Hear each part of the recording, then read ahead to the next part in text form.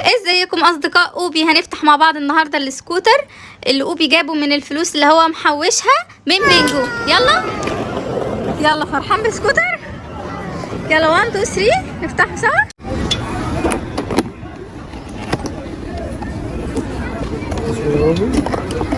اصبر اوبي مش صابر. ان شاء الله يبقى سهل يتركب بسهوله. ايه ادي القطعه اللي فوق اللي هي الجدون. طريه وحلوه، الجدون طري وجميل. ودي الجزء التاني. استنى يا قص، ده سهل مش هتحتاج مفكات ولا حاجه. هركبهم بقى في بعض دلوقتي، صح يا اوبي؟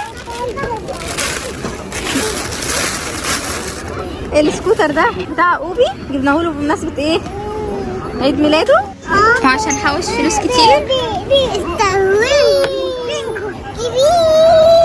ايوه اشتريناه من بينجو كبير قوي. ما تنسوش تشوفوا الفيديو ده بتاع اللي احنا اشترينا فيه السكوتر من محل الالعاب، والمحل كله العاب كتير جميله. ركبناه اهو، شايفينه؟ واو، كده ركب ولا لسه في جزء حاجه تانية بتتعمل؟ بس ده ما يتخلعش، نختبره كده الامان بتاعه عامل ايه. ودي بتطول وتنزل مستويات ولا هي كده؟ مستويات، بس عايزه مفتاح على كده. لا، كل ما يكبر سنه اوبا نفتح له مستوى. كام مستوى هو؟ بصي. حلو قوي. يعني عايز يطوله شويه، مثلا مطول شويه اوبي، عايز يطوله شويه يطوله، عايز يقصره شويه يبقى على قد قصص اخوه الصغنون ده. انت كبير خلاص، يلا. والعجل بتاعه ده بينور، هنشوفه دلوقتي لما نجربه. واو اهو، شايف؟ يلا يلا يلا عشان تجربه وينور كل العجل. ادي الاوبي يلا يجربه هنا هنا كده. احنا دلوقتي في النادي واوبي هيجرب السكوتر. حط رجلك هنا كده، لا رجلك التانية. ايوه كده. واو، امسك بايديك الاثنين. وهيتعلم هو دلوقتي ازاي يسوق السكوتر يركبه.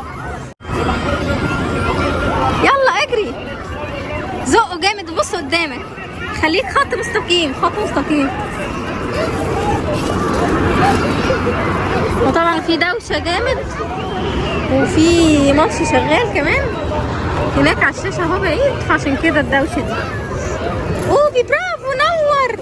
بص يا اوبي، حط رجلك عليه، حط رجلك عليه، حط رجل، اتعلم. ايوه برافو.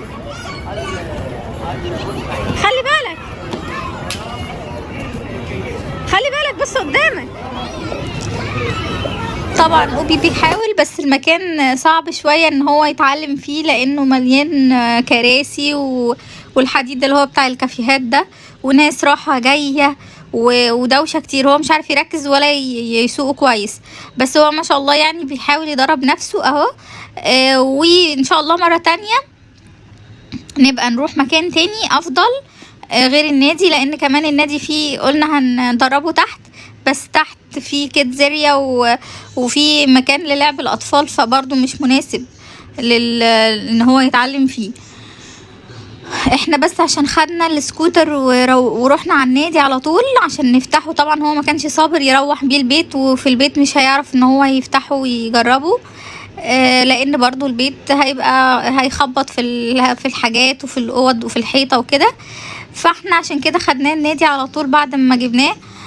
فهو برضو مش عارف ياخد راحته في النادي، لان زي ما قلنا لكم الدنيا هنا زحمه شويه، والمكان تحت فيه كيدزيريا، وحتى الاماكن التانية اللي فيها تراكات وكده، بس ما بتبقاش مخصصه للعجل، يعني للجري للكلام ده. فباذن الله هنروح مره تانية حديقه الدراجات اللي هو اتعلم فيها سواقه العجل، وتشوفوه بقى لما يتعلم باذن الله. ما تنسوش تتابعوا قناة اوبي وتشتركوا وتعملوا لايك للفيديو ده، لان ده اكتر حاجة بترفع الفيديو. ونتمنى ان كل فيديوهات اوبي تعجبكم وتستفيدوا منها، وتقرروا ان انتوا تشتروا سكوتر بنفس المواصفات كده او لا. يعني احنا لسه برضو مش عارفين مميزاته وعيوبه، بس الواضح قدامنا ان هو كويس اهو ما شاء الله. يعني ابتدى اوبي يعني اهو يتدرب عليه، فنتمنى ان الفيديو ده يكون فاتكم. مع السلامة.